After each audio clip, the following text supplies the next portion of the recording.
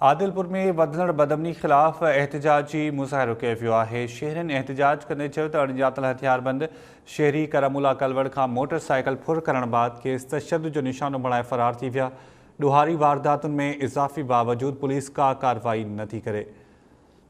तफ़सील मालूम कंदासीं आदिलपुर मां माजिद अली कलवड़ खां। माजिद, छा तफ़सील आहे? हाँ जी, शायद ये आदिलपुर में उनजे बरपासर जेका लॻण बदमनी चोट थियल आहे। हिन वक़्तु आदिलपुर विच शहर मां जंहिं जो कमु कंदड़ मिस्त्री आहे करमला कलवड़ो, जेको पंहिंजे ॿारनि खे इलाज लाइ न्यू आदिलपुर आंदो, जिते हथियारबंद हुआ जेके नामालूम चोर हुआ। हथियारबंदनि जे ज़ोर ते करमला कलवड़ खे तशद्दुद निशान बणण बाद संदसि जेको आहे त CD 2021 मोटरसाइकिल आहे उहा चोरी करे जेको आहे त फ़रार थी विया आहिनि। जॾहिं त आदिलपुर जे भरपासे इलाइक़े में बदमनी चोट चढ़िया आहे। जॾहिं त इलाइक़े वासियुनि जेको आहे त मज़दूर इत्तेहाद अॻुवाण फैज़ुल्ला कलवड़, अब्दुल कयूम कलवड़ ऐं ॿियनि जी अॻुवाणी में आदिलपुर मेन रोड तां एहतजाजी रैली कढी आदिलपुर SHO रिज़वान नारे जे ख़िलाफ़ एहतजाजी मुज़ाहिरो कयो। एहतजाजी कंदड़नि जो चवणो हो त आदिलपुर थाणे ते मुक़ररु थियल SHO रिज़वान नारे जे अचण सां ई बदमनी चोट चढ़ियो आहे।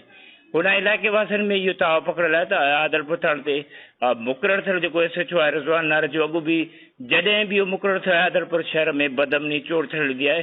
जॾहिं त हिन जी मुक़ररी बाद आदिलपुर शहर में जेके जुआ आहे उहा आम थी वई आहे, जंहिंजे करे बदमनी हिकु दफ़ो ॿीहर सरगर्म थी आहे। इलाइक़े वासियुनि जो इहो बि चवणु आहे त आदिलपुर थाणे ते जॾहिं बि रिज़वान नारे जो मुक़ररु थींदो आहे त क़त्लेआम, फुरूं, चोरियूं आम बणिजियूं आहिनि। हिन जे अचण में पहिरियों बि जेको आहे त काफ़ी क़त्लेआम थिया आहिनि, जंहिंजी जेको आहे त हिन वक़्तु का बि ख़बर न पई आहे।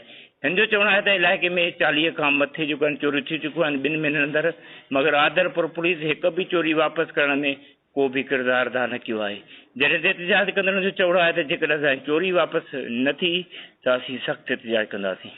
जी वरी महिरबानी माजिद कलवड़ तफ़सील ॾियण जे लाइ।